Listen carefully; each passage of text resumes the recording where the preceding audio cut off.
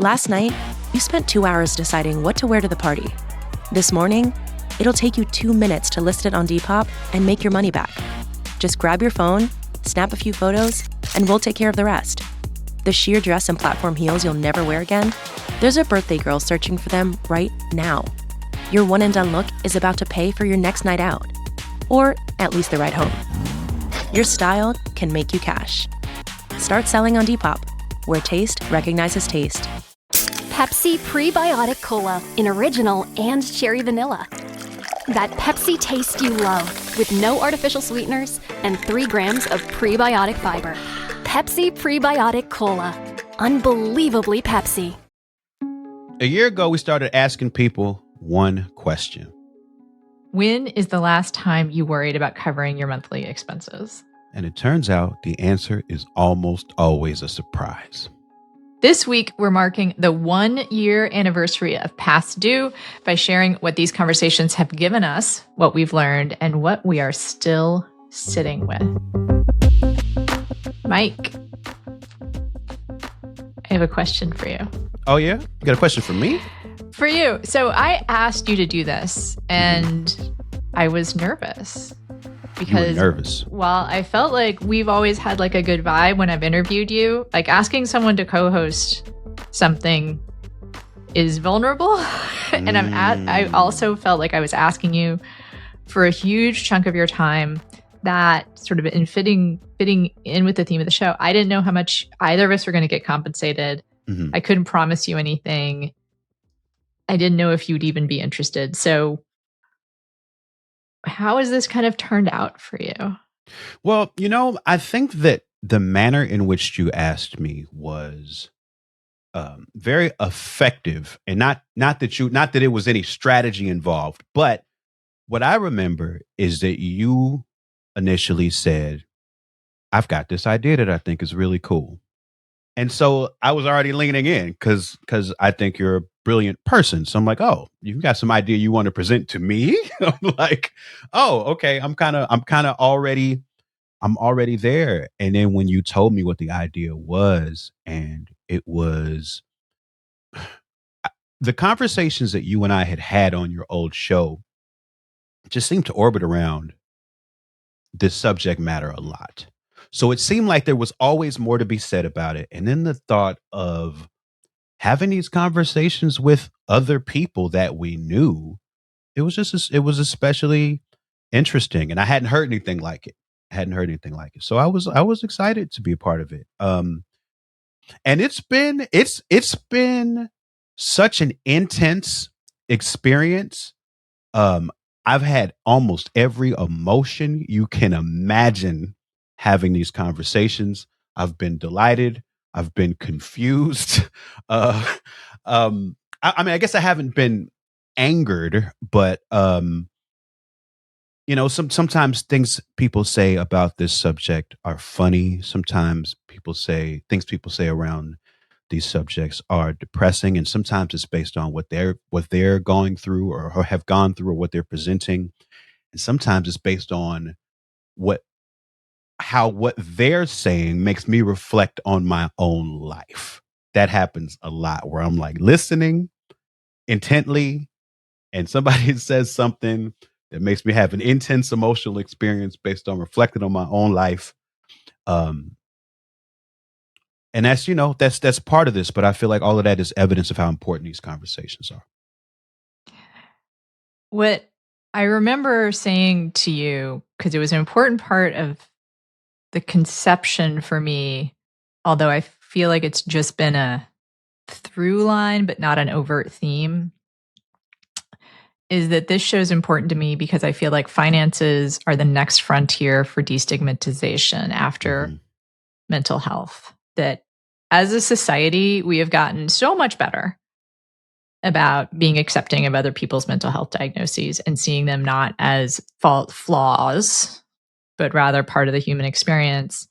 But there's something about American culture, I think, specifically, but also capitalism in general, that just wants people to stay silent, And so I think what's been interesting is one of the reasons I asked you is that you've talked about your mental health, self and balance is something that shows up a lot in your work, like how things impact you Mhm. and your vulnerability about that. So, do you think that do you feel like that thread has been there? And I wonder if you think we've been able to get closer to that. I feel like almost every conversation that we have with a person is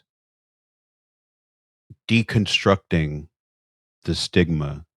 Like I feel like we start over at square one almost with every conversation. And I guess that's the nature of it. Like that's exactly how it's going to be.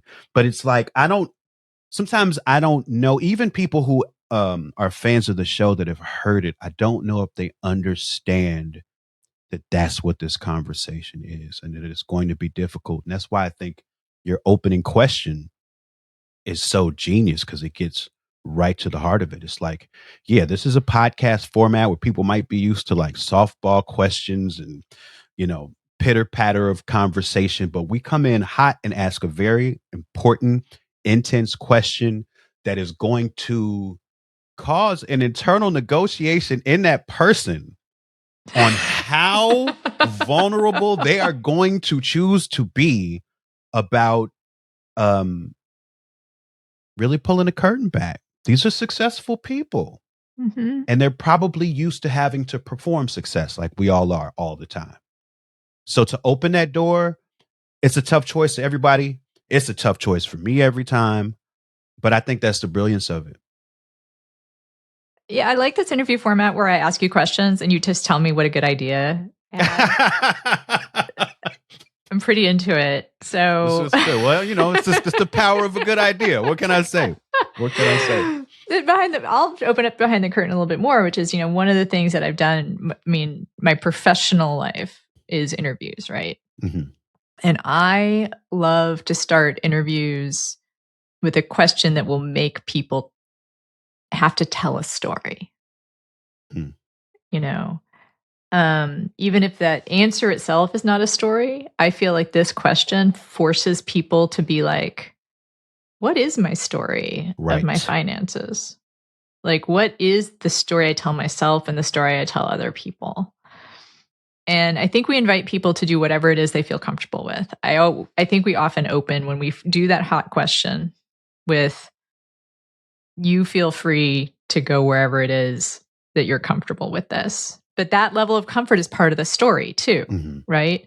Like, I knew this show was going to work with our very first guest. Oh yeah. Hello, Paul. How you doing? Mike, I'm doing okay. Thank you. How are you doing? Good. I like the way you said okay. It sounded very authentic.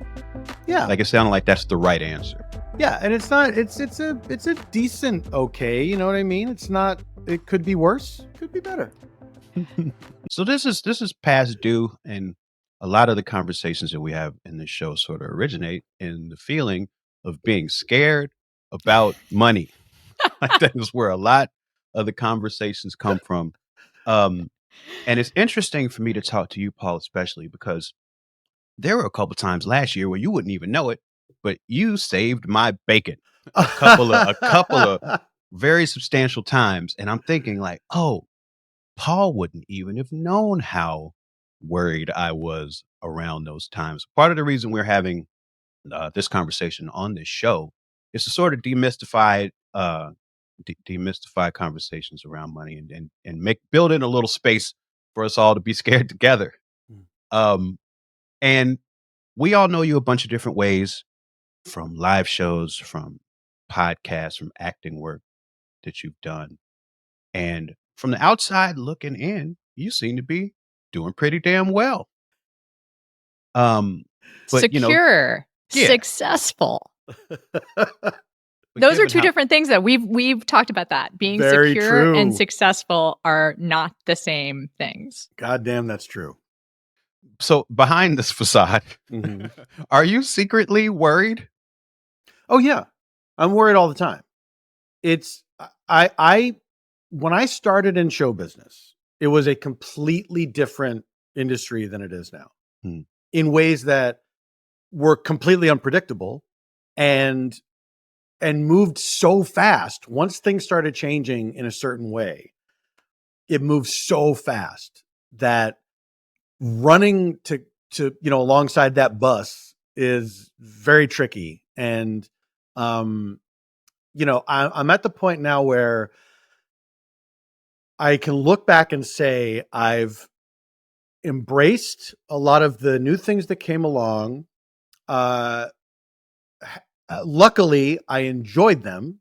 So that was good. Like a thing like podcasting was a thing where I really liked the medium, and it came along at a time where first it was a fun thing to do, a good way to kind of let people know who you were. And then money started coming from it. And it was like, oh, thank God, because I don't have anything else going on. And there was a sort of embarrassment about it, I think, at the beginning, because it's like, well, I got into this business to be on the TV, and now I'm doing this, and it's a very maligned medium where everybody's making fun of it. And as much as I still respected it as a medium, there was that feeling of, am I sort of a failure at the thing that I set out to do, because primarily I'm doing this.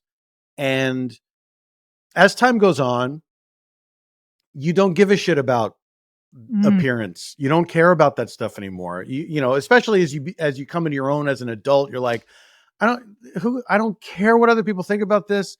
I'm managing to support myself and my household, and I'm also enjoying myself. I'm having a good time, and I feel creative, and I feel like I am giving everything that I have to this, and I feel that it's appreciated. And it really has helped me reframe my idea of, I'm not going to say reframe. I think it's helped me get back to what the reasons that I wanted to do any of this in the first place was I wanted to have a good time not having a regular job. I wanted to have a good time being creative. I wanted to dictate my own terms as much as I possibly could.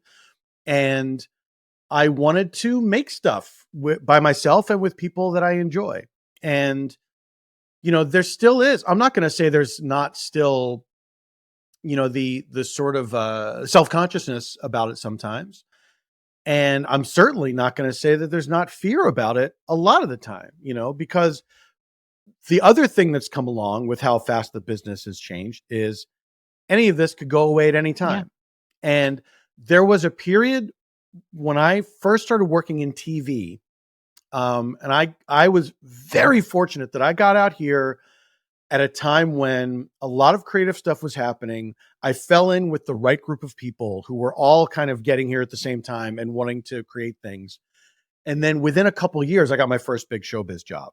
And since then, I have not had to have a day job, and I have just continued to survive, sometimes thrive, sometimes really white knuckling it till the next gig, learning about fucking managing money, which is a thing I never got taught. And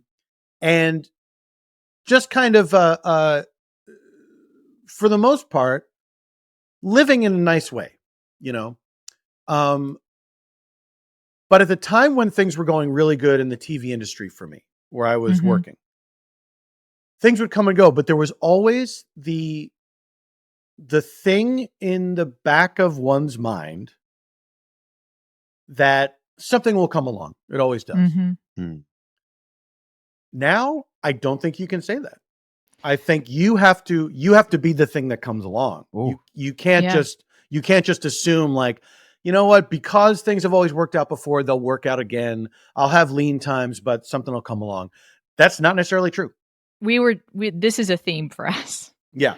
For the two of us, because I think, both Mike and I have had, this is the difference between success and stable, right? Like, yes. We all three have had, I think, from the outside, successful careers, right? And one of the things that happened to me is that I got to a certain point where I was like, oh, this is how my life is going to be. Like, I'm going to be making this amount of money-ish, right? I'm going to live at this level. I'm going to like, no, and again, like, even if something goes away, like, I'm now in this place, like, I'm in demand. Yeah. Like, Yeah. I've got the reputation. In the industry, I didn't realize that one of the things I was counting on was the fact that the industry has existed for hundreds of years and will continue to exist in some basic same way. And then in the past few years, and I'm as quote unquote successful as I've ever been, Mm-hmm. but the instability has been, that's been the thing to manage. And so I just want to ask you, I'm just going to ask outright. So when's the last time you felt like, oh shit, like, I don't know how I look at my future, and you can do it. For me, I judge by quarters. I try to be like, okay, I have this quarter covered. Okay, I Yeah. have this quarter covered. So whatever your way of thinking about that, when's the last time you were like, ugh, I don't know. Today. Oh wow, Okay. really? Yeah. Okay. Because shit. okay, I had a pretty good year last year, mostly because of the Comedy Bang Bang tour, because we did an extensive tour, and we were playing good size houses, and we did a lot of them, and I was kind of amazed at how substantial the payday was at the end of that. I did other tours as well last year that were not as lucrative. And I'm getting ready to do that again, a not lucrative tour. We will give you a chance to plug at the end. Don't Yeah, worry. no. That's like, that's part of the show, is making sure that we. Yeah. But I'm very much in a place where I'm trying to build something again. Because I don't know what's going to happen. And this might be, being out on the road might be my only source of income. I don't know. And the podcasting stuff really helps. It helps keep me above water. But like anyone who is not wealthy, I'm one illness away from being wiped out. My wife and I, something could happen tomorrow, and that could be the end, and then with TV, it's like, I can't count on that anymore at all. I, through one thing and another, the way the business has changed, like, my foot is not in that door anymore, and I've kind of, not that I've given up on it, I still want to do it, but I'm not waiting around. It's like, I got to do something. I can't just assume that's going to happen. I don't get auditions anymore. If I get TV work, it's because somebody is a fan of podcasts, and they think it would be nice to stick me in an episode of a thing. But there's the VO stuff, which is the voiceover stuff, which is really nice and plentiful, but you do have to do a lot of it to add up to like, okay, good, our insurance is covered, but like, hearing that After Midnight is canceled, that's like a show that's like, man, I could count on that for like a few times a year to go on that show, and now that's going away. And it's like, that is an extremely valuable thing, because that's me as me, so that's me promoting me as a thing that people might want to know about. And that going away is like, nobody's doing that anymore. There's no other kind of showcase like that on TV, and nobody's looking to make one. Even stand-up, which was a thing that I felt, well, I'll always have stand-up. I'll always have that to fall back on.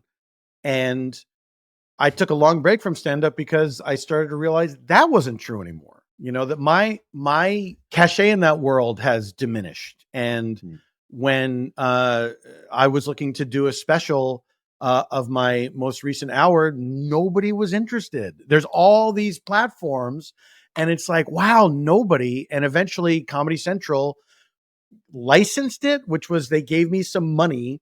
And the idea was I would produce the special with that money. If there's any left over, I would keep that money. And it's like, well, of course there was none left over, because it's expensive to produce a special, So that was a thing that was really jarring. And I have to say, I don't think I felt truly that sense of stability or my knowing my place in this world since then. I've just felt like I'm starting back from the beginning in some ways, you know, and in other ways I'm spent. Like people are just like, no, that guy's over, you know, there's no interest anymore. I knew this would work because he's the kind of person I want to have on the show, which is he's someone that I deeply admire. I've been a fan of since he was on Mr. Show. He does all this amazing voiceover work and cartoon work, right? And very visible to me. But when we asked him that question, his answer was, does today count? Mm-hmm. And I'm actually getting like teary because I was like, that is what we have to talk about. Mm-hmm. Because not enough people know that this economy stretches all of us, and it's okay. It's okay that it does. It does not mean you're a failure. It means that we're existing in this incredibly precarious time that for the industry and, you know, for media industry, I think I can say media industry that encompasses all of us, right? Creator economy. It's just getting more precarious. And I think that gets at something that I've found to be very important about all of this too, is that the time that we're talking to people who are part of, you know, film and TV, especially here in LA, with all of the things that we've gone through as a society, and, you know, so pandemic, general economic distress, but then you add in the strikes and you add in the fires, and then you get this sort of weird intersection where these people who are the most forward facing, like people who are on camera, you know, like people who everyone knows their name, living through this moment where the film and TV industries especially are like collapsing and consolidating right in front of our eyes. And the economic realities for that for individuals are incredibly difficult. And I think that there's something about people who are used to being so publicly perceived to break down that wall and have that conversation, because there's so many people who are struggling in all sorts of different industries who feel like they probably feel like the people furthest away from how they're feeling right now are the people who they see on television. I wanted to add another piece of the puzzle for the moment we're in now, which is the post George Floyd, you know, reckoning that the door got slammed. That's come up again and again with our guests who aren't necessarily white men, right? Like queer guests, Black guests, female guests, who've all noted that things have changed in their industry when it comes to feeling like they were getting a foot in the door during the moment where everyone said they cared. Right.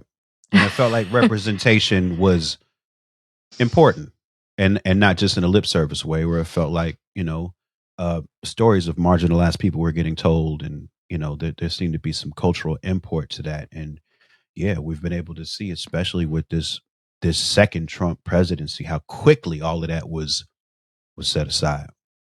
It's happening in journalism in a big way. I was just looking at some numbers of layoffs in the industry. And, you know, we've had tens of thousands of layoffs in the past 5 years in the journalism industry. And a survey was done by Columbia Journalism Review where they surveyed the laid off workers and the number of women who've been laid off and the number of people of color who've been laid off. You'd be shocked. I know. But it's like multiples of people being laid off versus their representation in the industry, right? Like it's something like twice as many Black people laid off from jobs than they are represented in the industry. Because it's like single digits in the industry or barely double digits in the industry. And then like twice that many get laid off. Young people also getting laid off, which kind of makes sense, right?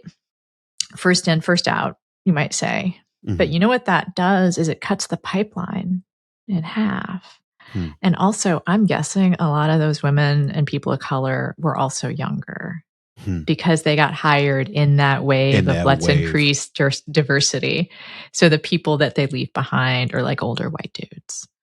So that's great.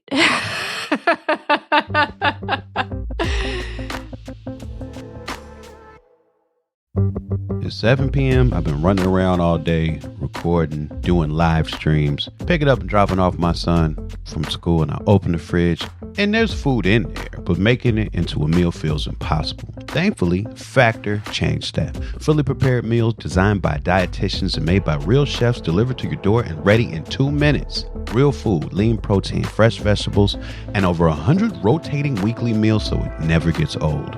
And it actually tastes good. I'm always forgetting to eat at the last minute, and having a fridge full of choices that I could even have something for lunch that was a real meal was amazing. Especially there was a short rib pasta primavera that was delicious. And also it's such a treat for me to have something that's that hearty and good at lunchtime. Factor has meals built around your goals, whether that's overall nutrition, more protein, or weight loss. Even strength and workout recovery with Factor's Muscle Pro collection. We're big fans of Factor meals here on Past Due, and if you've heard us talk about them before and you're curious, you should really give them a try. Head to factormeals.com/PastDue50off and use code PastDue50off to get 50% off and free daily greens per box.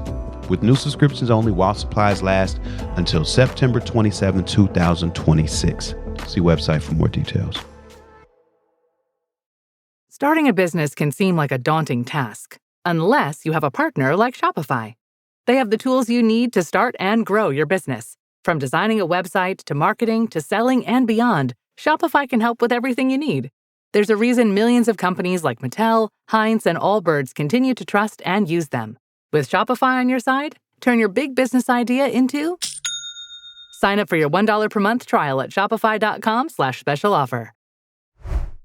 So I'm going to turn the conversation to specific stuff because while love all of our guests equally, they're like our children.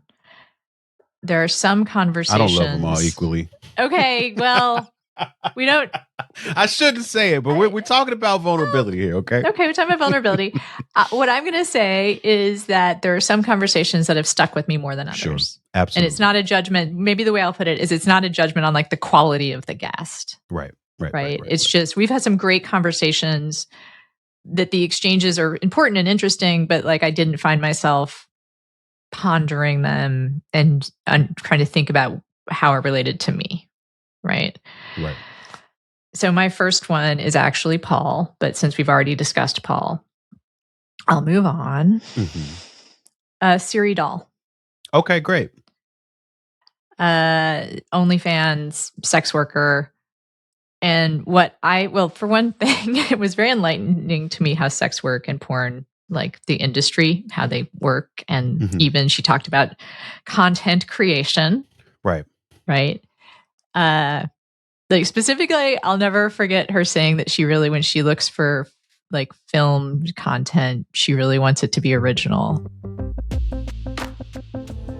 So you turn down projects. You said you don't want any paycheck.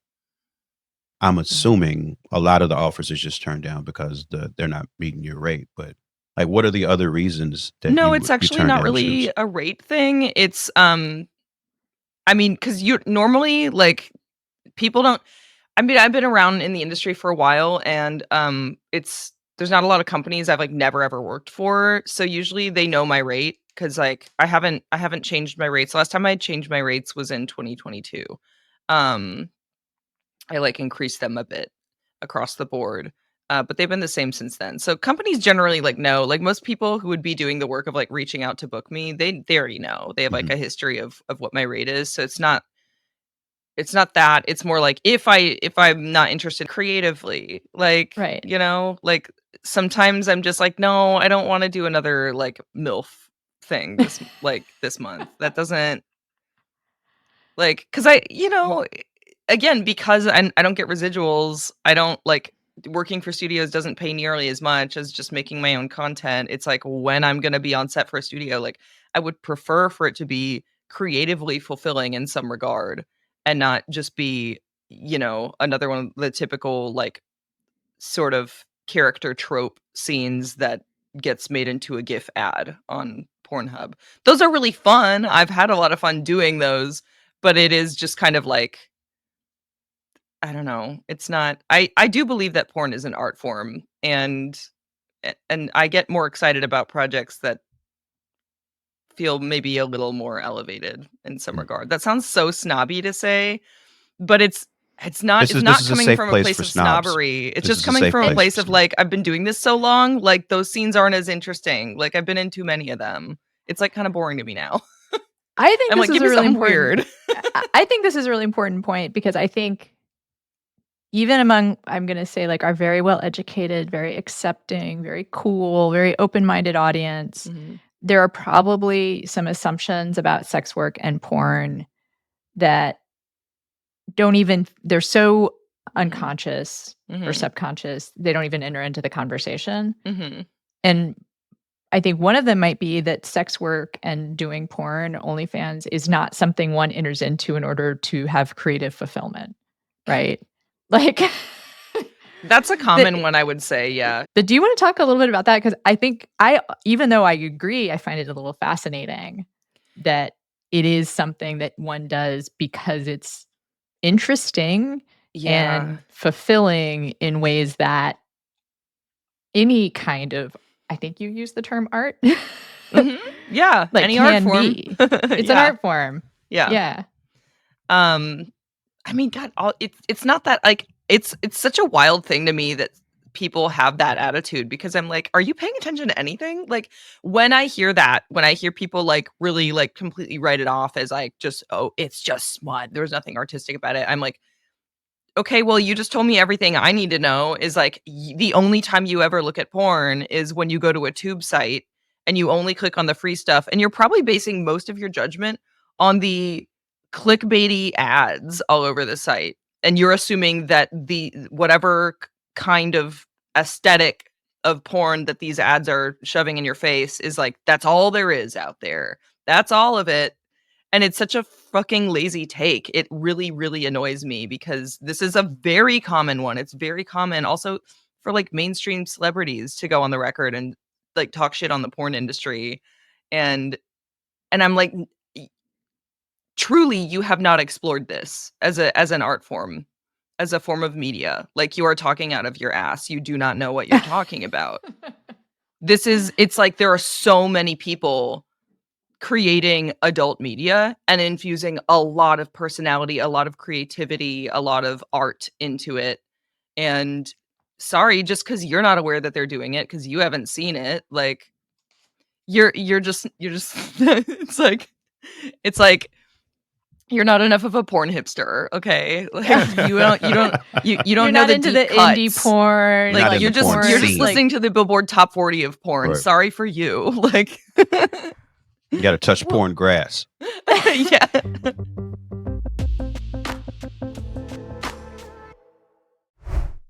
So actually what it made me realize is like we are all sex workers, like Right.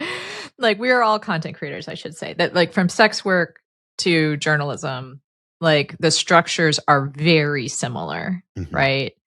And the same precarity as well. Because what she also talked about, if you think about OnlyFans, is like the newsletters of porn, kind of, right? Like it's a single person who can really do great if they can monetize, capitalize, and reach that top 1%, right?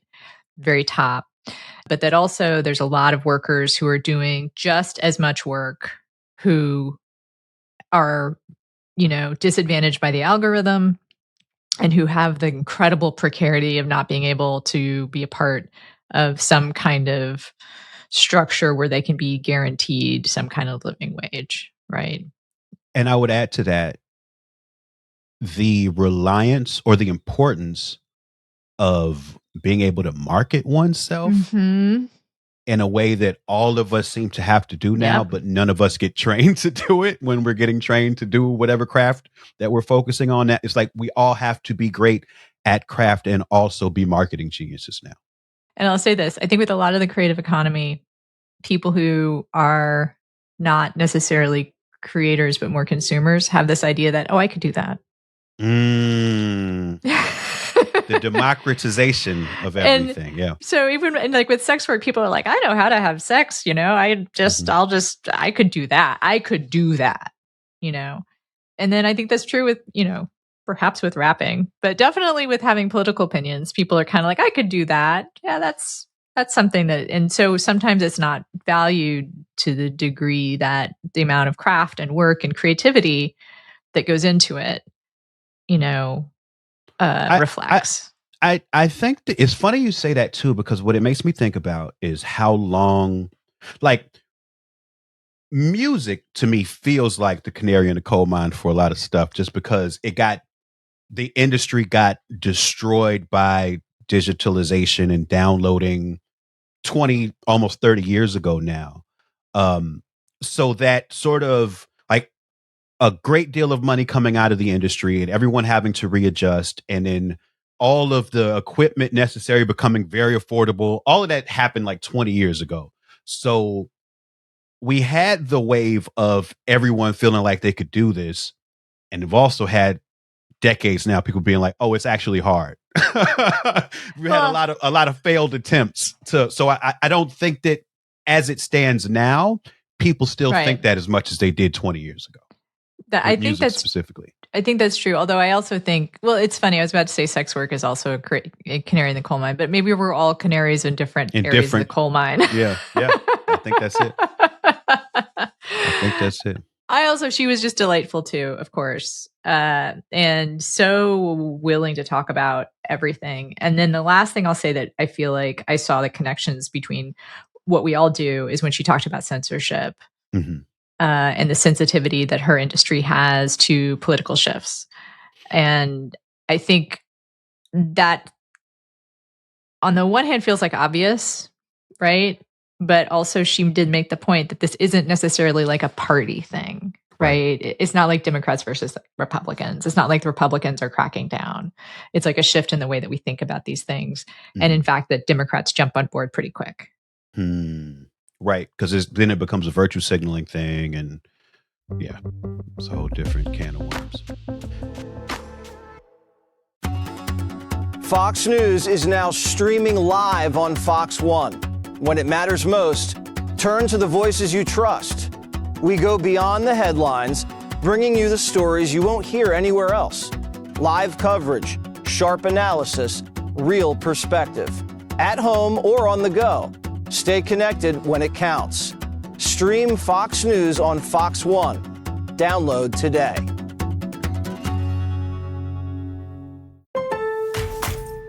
Introducing Home Care Plus, a new subscription service from Lowe's that helps make life easier by giving members a hand with home maintenance. Let Lowe's tackle the tasks you keep meaning to do, like electric dryer vent cleaning, replacing hard-to-reach light bulbs, and more. Subscribe to Home Care Plus for just $99 a year and consider your to-do list done. Members get more at Lowe's. Available in select zip codes only. Cancel anytime. Non-refundable fee. Product purchase required. Terms and service restrictions apply. Details at lowes.com/terms. Subject to change. So, speaking of music, an interview where there's a particular moment in it I think about all the time is when we spoke with Rhett Miller. Oh. He was talking about how his experience with one of his albums is so tainted by the record label's treatment of him that there's a pain and sensitivity associated with that product for him right now that like the consumers would never understand. And to me, it's like, yeah, like that's the part of, when we have these conversations about vulnerability, I always feel like there's a huge gap between how, I can say for me as a musician, how I can feel about a project that comes out versus how people feel about it, because there aren't a lot of conduits to have those conversations, especially when a project is being released. Like you're marketing, mm-hmm. You're talking about the high points, you're trying to sell it all the time. So when that doesn't go well, the way that can make you think a project has failed, mm-hmm. and how that can stick with you I really think about that a lot because that's something that I've experienced, but I haven't had a lot of conversations with people about. Nobody's getting rich except just a tiny handful. Yeah, I feel like music was like the lost leader Mhm. in having your industry destroyed. I mean, journalism close after, but I feel like music was the first thing that got so small informationally, so small data wise that it was easy to steal. Yeah. And then that was it, you know?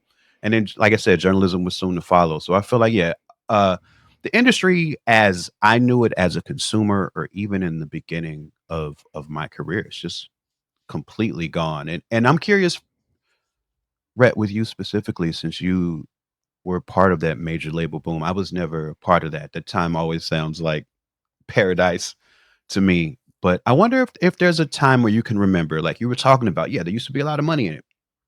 Clearly there's not now. Like if there was a time when you first like remember noticing, oh, this is different now. Oh yeah. It's funny you talked about the lost leader, the canary in the coal mine. I remember Mhm. being on tour in Japan in like '04, and my interpreter was telling me about, in nearby in China, this is what's happening with file sharing. And I already knew my roommate, who's a guitar player in a well-known rock band, was on the cutting edge of Napster and downloading free music, and very much believed in the freedom of music. And Mm. and I remember hearing about what was happening in China and thinking, does that mean that it's coming for us? I guess it does. And then within a year in the US, it was, you could just see it. It was like a Jenga tower. It was done. Yeah, but I remember when there were still record labels that didn't get the memo to the extent that they would give me a record deal that was like I made my most expensive album at a time when nobody should be making it. So I made a record for Verve, the record label Verve, and it was just a one-off solo record deal. It was produced by George Draculius, great producer and music supervisor. And on that album, we spent $350,000 making the album. Wow. That's not marketing. That's not tour support. That's just Which album? The Believer. Oh my God, that's my favorite. Well, there you go. I mean, Were they money well I spent? mean, sorry. Like, I hate to be the, like, I'm a Gen X and I just like the movie. I just like the music of like a particular Yeah. time in my life. But you know this. Yeah. Like, I have that. My God, that song is right there on my wall. Oh, that's very I'm going to sweet. cry. Anyway, sorry, interrupt, but like, that's such a good album. It was worth every penny. That's what I'm saying. Can we talk about every penny though? Like just on some, okay, yes. on some I'm curious what finances. the pennies were. I am but curious. Yeah, like I know there's obviously recording costs. You might be paying session Mm-hmm. musicians. I'm just like, where does all that money go when making a project that's that expensive? So, it's top down. So it's Draculius took a big chunk. The studio that we were in Sound City, that the place Dave Grohl made a documentary about. We were in the same room where Nirvana had recorded Smells Like Teen Spirit. There's still a smashed place in the parquet floor where Kurt had smashed a guitar. We were there for weeks, maybe months. So all of that was a lot. Then I moved my whole family. It was before Soleil, our daughter, was born. So we brought baby Max and lived in, where's that place where all the Canadian kids live when they come out to during pilot season? There's some big like condominium village with like thousands of condos and hot tubs filled with young Canadian actors. that's such a specific image. I love it, but I have no idea, Me obviously. neither. And Mike, I don't know. Did you miss all the Canadians coming for pilot season? I missed the boat. Well, it was I missed the Canadian pilot boat. somewhere in Burbank, right by the Barham exit on the 101. There's some sort of anyway. There's a lot of them, believe me. So they put us up there for a while, weeks, if not months. Rental car. I brought in a bass player who was a friend, and he was the cheapest musician. There was a line. Matt Chamberlain played drums on the record. He was a great, very well known, one of the greatest drummers, arguably working. Super nice guy, really funny and sweet. The last day of his time in the session, after he'd been in there for weeks, I was lamenting that he was leaving. I said, "I wish you could stay. You're such a cool guy, such a good friend." And he was joking, but also not. And I think about it all the time. He goes, "Yeah, Rhett, I'm the most expensive friend you've ever had." Because his day rate was, I don't know, 10 grand a day. Like it's crazy how much people were getting paid. And Matt deserves every penny. It probably wasn't 10 grand a day. It was a lot. Won't get out of bed for less. Yeah. That is astonishing. And if you don't mind, let's get a little deeper on that because, for publishing, like that's like an advance, perhaps, like the parallel, right? Oh, yeah. Where you get a 6-figure advance. It's recoupable. Although I will say for advance, yeah, so it's recoupable, right? That's how that is supposed to work, right? Yes. And it did recoup for them? Well, the industry crashed within a year. The album yielded 0 hit songs on the radio. A crime, by the way, a crime. Did they spend money specifically trying to market it to radio too? That record was weird because I was about to go out on tour. The record had just dropped. So, there's the lead up to the album where they worked the single. So by the time the record drops, the label has a pretty good idea of whether or not it's going to yield a radio hit, which I didn't really think about them expecting that, but that was sort of what they were banking on. I remember at the time, the managers that I was working with at the time, one of them, who shall remain nameless, said, "Yeah, this is your last record to be cute, so we better make this thing work." Whoa. But I guess that was a belief held by all the people in that moment.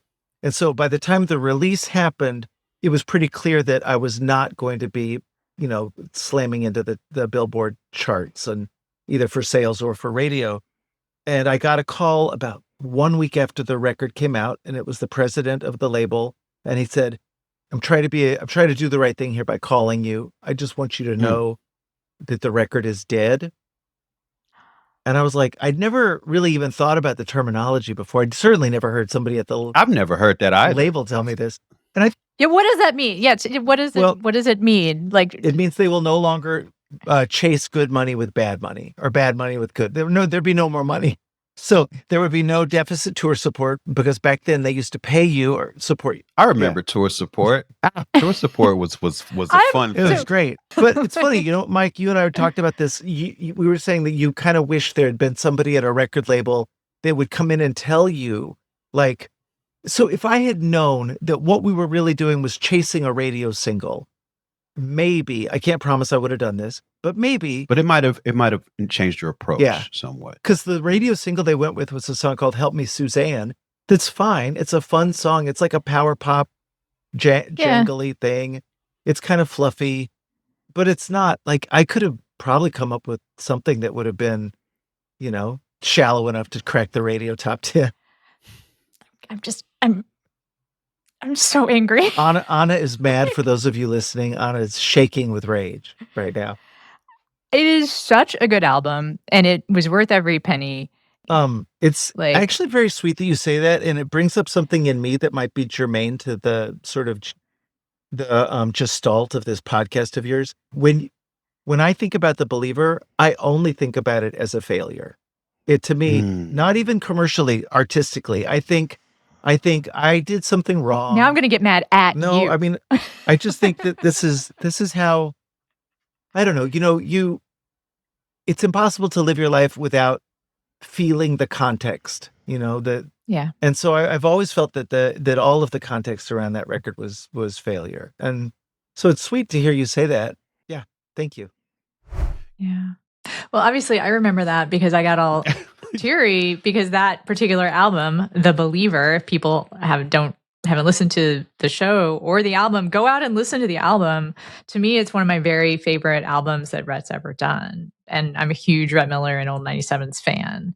So like, I'm getting like a little, like it's coming to me now. Cause like that album got me through so much of my own personal pain. Right. Mm-hmm. The idea that it causes him pain is, I actually feel, I really appreciate the vulnerability about that. And I also think it does open up a side of the industry and a side of what creative life is like that I can think about, like, I'm thinking about parallels for me, and there are definitely pieces that I've done, and even more. Oh God, there are times in my career.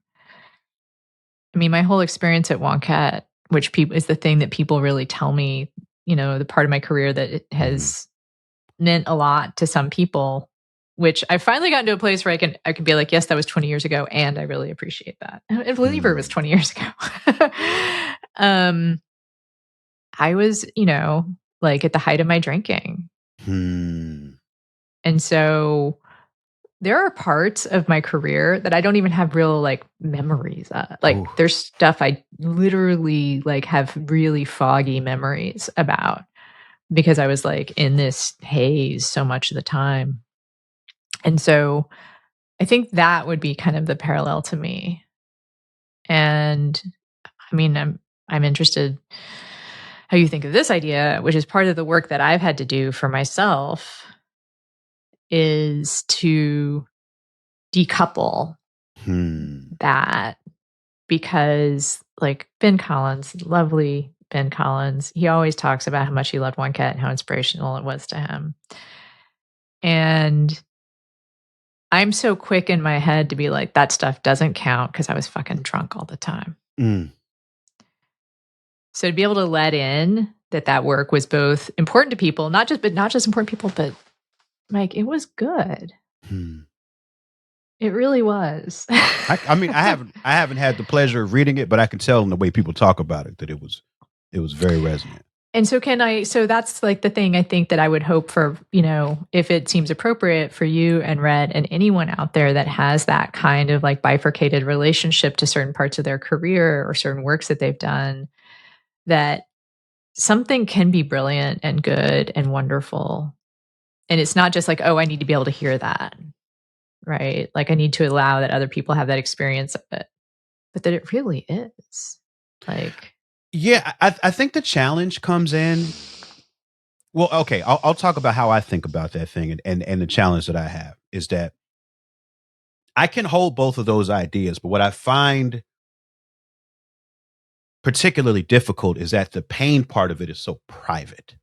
Yeah. Okay. Like that's the part that's like there's a real negative feeling that I might have in my body that I don't feel like there's room for it to exist in the world.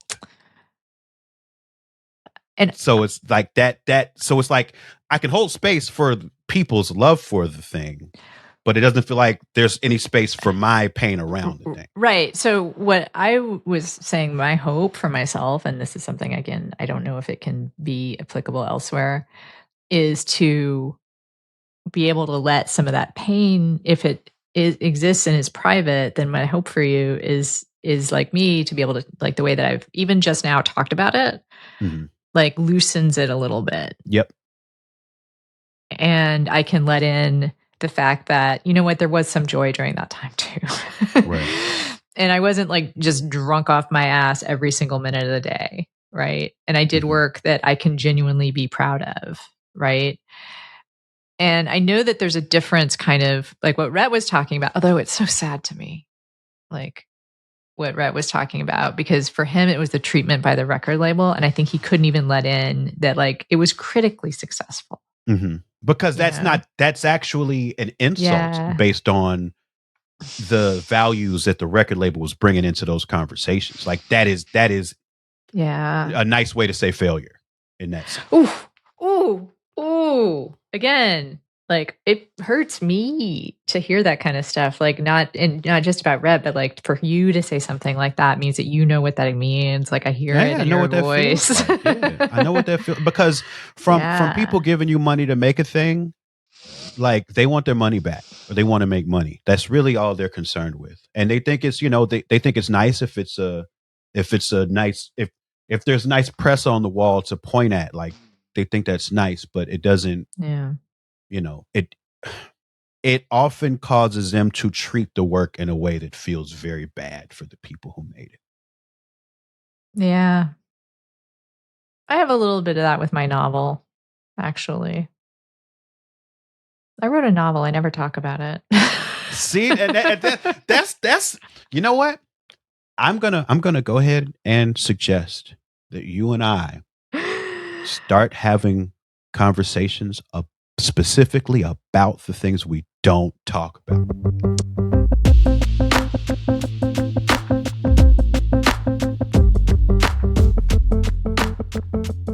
So, okay, Mike, you're on Twitch. You do the morning show. I do. Monday, Wednesday, Friday. Yep, your intuition is correct. Okay, And you your have memory. Patreon. I do. What is your slash? What is the slash? Slash Open Mike Eagle. Okay, sure. You are doing a tour of Canada and Europe. Those are involved. Yes, those are the Europe one's big. Europe one is big. I can't. I don't know. I don't think I can do all the cities. Nor should you be able to do all the cities. I would people be can scared. go to open-mikeeagle.net. Just MikeEagle.net. Just MikeEagle.net. MikeEagle.net. Just MikeEagle.net. People could go to MikeEagle.net and then get all the details. But also, you're going to read out the cities now. Yes. Here we go. Okay. Brooklyn, You gotta Montreal. put it to music, and then I can do it. And then you can remember. You rap. I got to make it rhyme. Right. Exactly. But it's Brooklyn, Montreal, Toronto, Lansing, Cleveland, Amsterdam, Springs, Germany, Brighton, Bristol, London, Nottingham, Leeds, Glasgow, and Manchester. And Anna, Got a rhythm to it. it does. It does. Okay. I know you got a lot going on Patreon, right? You. So Yeah. you're doing. It's a little unusual. It's patreon.com/AnnMarieCox dose. Two. I don't know why I don't have the regular one, but it's 2. Now you have multiple services that you're offering on there that people should take advantage of. Are you still doing your short video every day? I am doing it. My plan, I'm not going to say what my end date is because I don't want to. I don't want to. Okay. But it's been an interesting experiment. It's been hampered by the fact that, Mike, did you notice that YouTube had an issue with doing view counts last week? I didn't, but I didn't post last week. There's been like an issue with followers, subscribers, view counts catching up. So the experiment has not been pure. Because most of my videos have gotten around 1,000 or 2,000, and then I had my video on Friday last week got 10,000. So this is shorts. These are all shorts. So whatever. New is I'm going to have a writing workshop just for alumni, but other people are invited to take a look. We might be taking, if there are spots open, I'll take non-alumni, and you can go to workshop.annamariecox.com to find out more about that. And then, yes, daily YouTube shorts, and then also I'm posting on Instagram, and those are political takes. Mike, you've seen them. How Hot would you takes. describe them? How would you? Are they hot takes? Well, Is that but what they are? they're informed. They're not. Okay. They're not somebody just getting up and riffing. Yeah. You come from an informed place. It's pretty helpful. It's like good information in a way to sort of make sense of things. Thank you. Yes, I'm trying to bring my 30 years.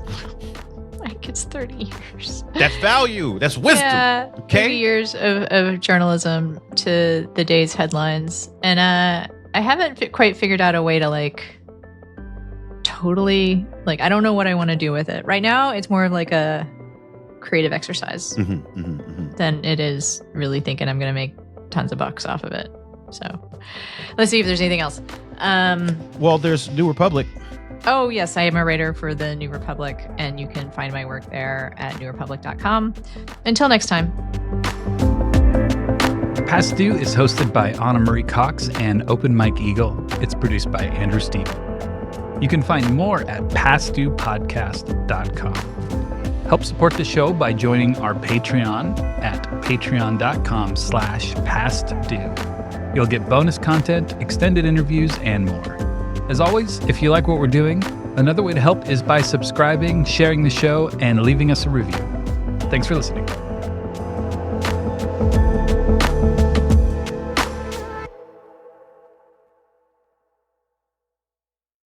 Do you want the truth about the organic food on your plate? Then check out the chart-topping Real Organic podcast.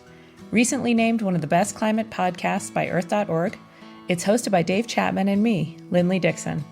Each week, we feature eye-opening interviews with farmers, scientists, authors, and journalists to uncover the forces reshaping the food system, from why corporate lobbying is redefining what organic means to how organic farmers are fighting back.